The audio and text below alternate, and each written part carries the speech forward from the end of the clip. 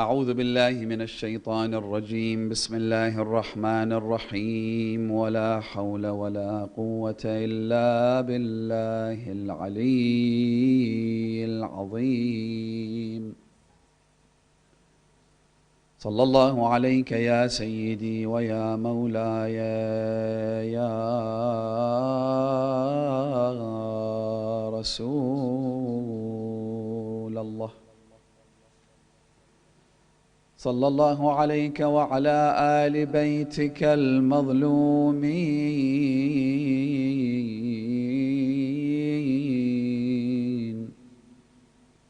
الغر الميامين. روحي وأرواح العالمين لكم الفداء. صلى الله عليك يا مولاي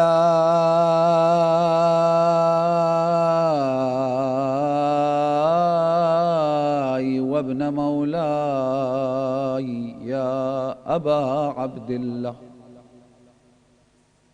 يا رحمة الله الواسعة ويا باب نجاة الأمة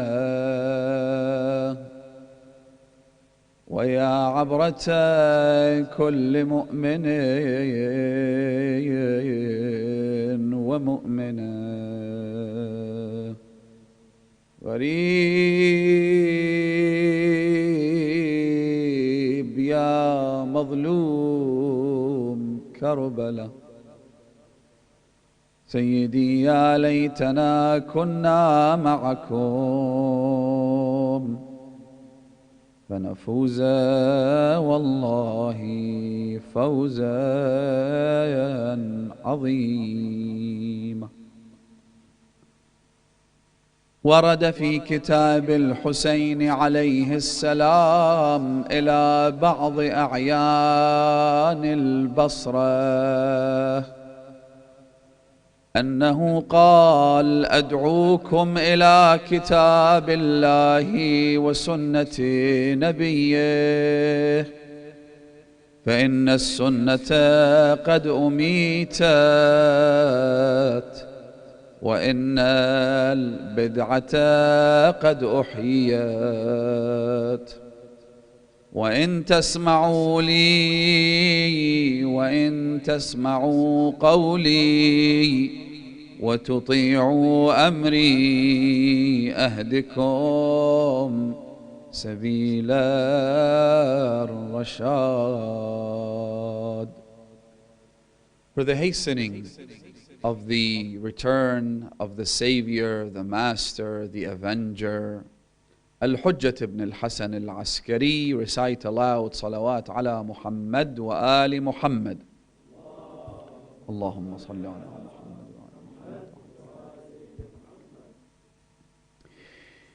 We said last night that one of the most devastating side effects of the coup that ensued after the demise of the Holy Prophet, may God's peace and blessings be upon him and his immaculate household, was that innovations started to sprout all over this religion.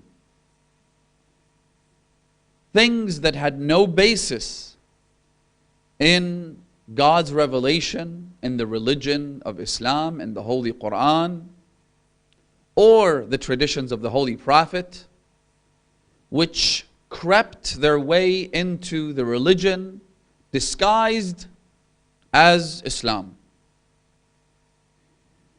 And that these innovations were made, believe it or not, in broad daylight, without a speck of shame. Those who introduced these perversions and these, in fact, changes to the religion of Islam did so with complete impunity.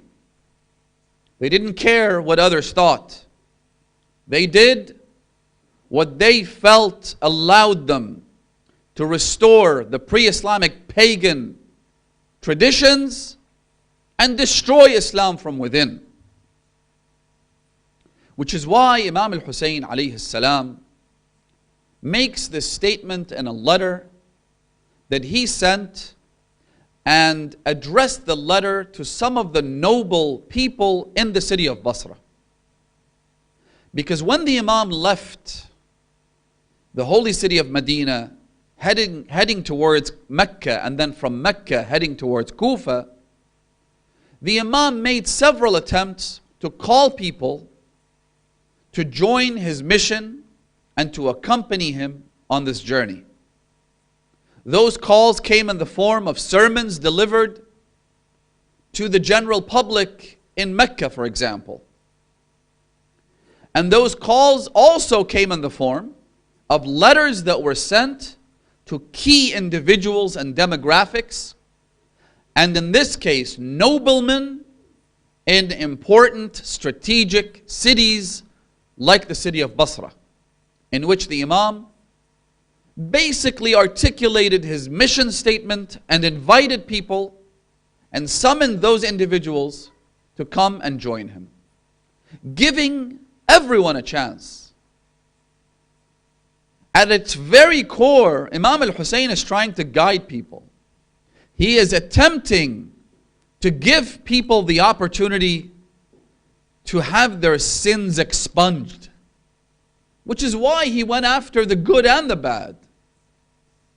He invited Habib ibn Mudahir personally, but he also invited Abdullah ibn Umar, also personally. Habib ibn Mudahir responded positively to the invitation to paradise by the master of the youth of paradise, whereas people like Abdullah ibn Umar and Abdullah al-Ju'fi and Al-Mundhir ibn Jarud and others refused to accept the invitation of Imam al-Hussein. This particular letter, with which I started the lecture, was addressed to the noblemen of Basra. One of those individuals that the Imam specifically addressed and sent, so back then you didn't have any postal addresses, you didn't have a very efficient means of delivering letters addressed to specific individuals, but what you had was something perhaps better, although not as efficient. You would send a message by using a messenger. So the messenger would track you down, or rather track the recipient of the letter down, and it's almost like what you have today in the form of a court summons, where the messenger or the courier or the mailman has to guarantee that the person to whom the letter is addressed signs for it, ensuring that the letter has been in fact delivered. Al-Mundhir ibn Jarud was a nobleman. He was also considered to be among the people who claimed to be Shia, meaning that at least on face value, he claimed to be among the followers and partisans of Imam al-Hussein. So the Imam addressed him individually. He sent this letter. Before I read you the passage of the letter that is the subject of my talk, it's important to note that Al-Mundhir ibn Jarud, when he received the Imam's messenger and received his letter, you have to take into account the fact that the letter was from Imam al-Hussein, who was a target of the government authorities of Yazid. So that made the letter of a highly classified nature. The letter was a secret message from Imam al-Hussein, a revolutionary leader, if you like to call him that, to someone that the Imam deemed worthy of having this message delivered to him. And yet, look at the treachery of this man. Look at the treasonous nature of this wicked individual, Al-Mundhir ibn Jarud, because he then, after receiving the letter, he then took the messenger of Imam al-Hussein alayhi salam and delivered them both to the governor of Basra, who was Yazid's appointee to Basra.